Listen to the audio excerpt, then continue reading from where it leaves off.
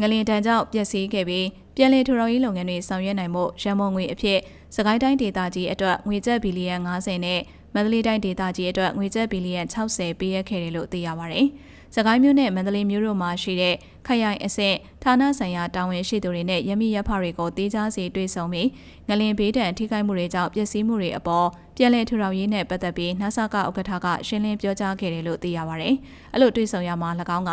မြန်မာနိုင်ငံမှာမန္တလေးငလင်ကြီးလှုပ်ခတ်ခဲ့မှုကြောင့်စကိုင်းမြို့နယ်မန္တလေးတိုင်းဒေသကြီးတွေမှာထိခိုက်ပျက်စီးဆုံးရှုံးမှုများပြားခဲ့ကြောင်းငလင်တန်ကြောင့်ထိခိုက်ပျက်စီးမှုဆုံးရှုံးမှုတွေကနေတဆင့်မိမိတို့အတွက်သင်ခန်းစာတွေလည်းရရှိခဲ့ကြောင်းဒီသင်ခန်းစာတွေကိုဖော်ထုတ်ပြီးနောက်တစ်ချိန်မှာအခုလိုထပ်မံကြုံတွေ့ရချိန်မှာထိခိုက်ပျက်စီးဆုံးရှုံးမှုတွေနှဲပါအောင်ကြိုတင်ပြင်ဆင်ဆောင်ရွက်ရမှာဖြစ်ကြောင်းတဘာဝဘေးဟာရှောင်လွှဲလို့မရပေမဲ့ကာကွယ်တာနဲ့ကြိုတင်ပြင်ဆင်ခြင်းလုပ်ငန်းတွေကိုဆောင်ရွက်နိုင်ကြောင်းမိမိတို့နိုင်ငံမှာသဘာဝဘေးဒဏ်တွေကြားရောက်ခဲ့ချိန်တွေမှာမိမိတို့အနေနဲ့အခက်အခဲတွေကြားကနေအောင်မြင်စွာကျော်ဖြတ်နိုင်ခဲ့ကြောင်းပြောပါရယ်မိမိအနေနဲ့ငလင်လှုပ်ခတ်ပြီးချိန်မှာနေပြည်တော်ကောင်စီနယ်မြေအတွင်းချက်ချင်းလှည့်လည်ကြည့်ရှုစစ်ဆေးပြီးလိုအပ်တာတွေပြင်ဆင်ဆောင်ရွက်စေခဲ့ကြောင်း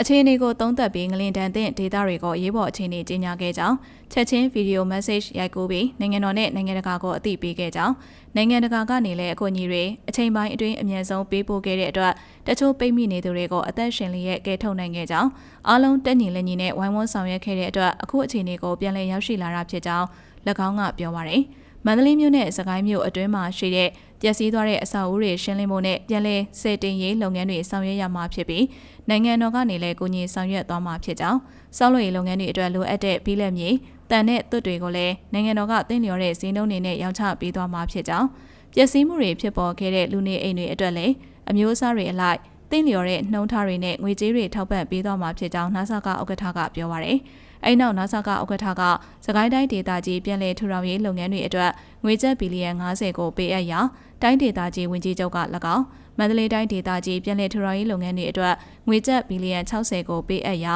ရမီရဖတအုပ်က၎င်းလက်ခံရယူခဲ့ပါတယ်